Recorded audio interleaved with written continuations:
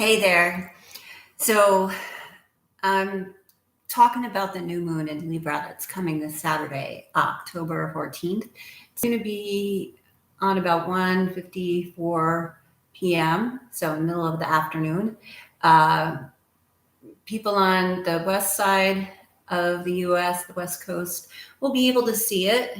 The eclipse, it is one of those ones where you need to wear protective glasses. But here in the East Coast, it's going to be rain. So we're not going to see it, but we're still going to feel it because eclipse always amps things up, right? So what does that mean? It means a lot of things, but I want to focus on the energy of this new moon in Libra. Libra is the archetype. So it's already amped up just being the new moon because the moon and the sun are conjunct together. But it creates that opening, right, of our subconscious and our conscious. So things come up to the surface, right? And the Libra is all about the I and we balance. It's about relationships and it's about how we show up in relationships. And one thing that I've decided is that respect is non-negotiable. Like that's the one thing that should be present in all relationships. When we're in relationships with people that we choose to be with, we want to be compassionate, empathetic, kind, right? On top of being respectful. So all kinds of relationships, romantic relationships, platonic relationships, business relationships, spousal relationships, parent-child relationships, all of these things, we show up a little bit differently, right? But we want to show up consciously, right? And it's your choice whether you do or you don't, but it's a lot easier when we choose to show up consciously. Because if we don't like address things or we sweep things under the rug, they get bigger and they fester, and then all of a sudden, the relationship's gone south. And it's like, well, how did that happen? Everything's cumulative. So we want to be very conscious and clear on even when it's stuff that is uncomfortable that we don't want to talk about. Sometimes we have to have those conversations, and being respectful, but also being honest and being as direct as possible, I've found is helpful. But we want to be, again, kind, always kind. And it's interesting because this week I celebrated my silver wedding anniversary with my husband. So I've been on this partnership relationship with him, actually much longer than that because we were dating almost 10 years before we got married. So our whole adult lives, we've kind of been together, witnessing each other, influencing each other during our evolution, right? Our process. We're not the same people that we were when we first met. And we also don't tolerate the same things that we used to.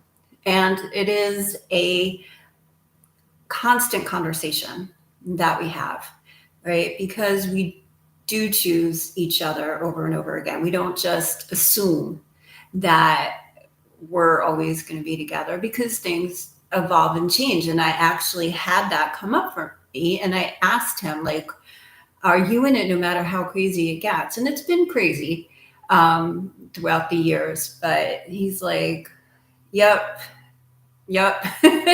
So it's good. It's a good conversation.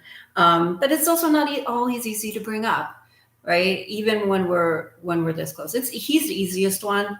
But like I'm thinking about business relationships, and I've been both the employee and the boss. And it's interesting to be, in either of those roles. And I also have empathy for the other person.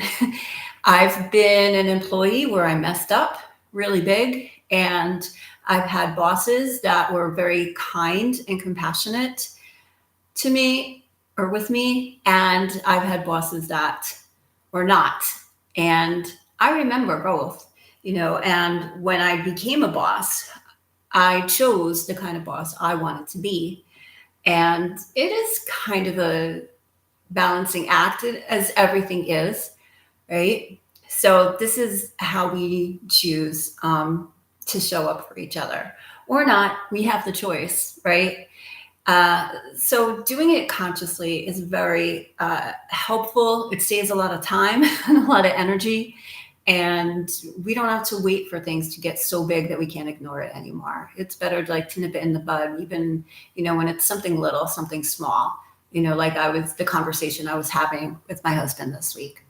So yeah, so that's the energy in the new moon. I have been working with clients on how they show up in their life for themselves and in their relationships, and how that's working for them or not working for them. And it's really them leading the conversation. It's not, me say do A, B, or C. It's me helping them find what their A, B, and C is. So that's coaching. So if that is resonating with you and you're like, yeah, I would really like, to talk to somebody and kind of figure this stuff out. Like what am I what can I do to do better? Like, what am I doing wrong, or how can I do it better? Or why is, these things triggering me? And it is a whole, again, conversation to have. Now, I like to do a discovery session where we just kind of meet each other and I just listen and see how I may serve you or not, right? We always have that choice to make, those decisions. So I did put a link in the description to book a free discovery session with me if that's calling for you. And if not, I hope you do find someone that you do trust and feel comfortable talking with, confiding in, because we're not meant to be isolated or go through this alone. We're social animals, right? And we do better when we're in connection with each other. So with that, I wish you blessings and enjoy, or allow the new moon to grow you in the ways that you're ready to. Thank you. Thank you. See you soon.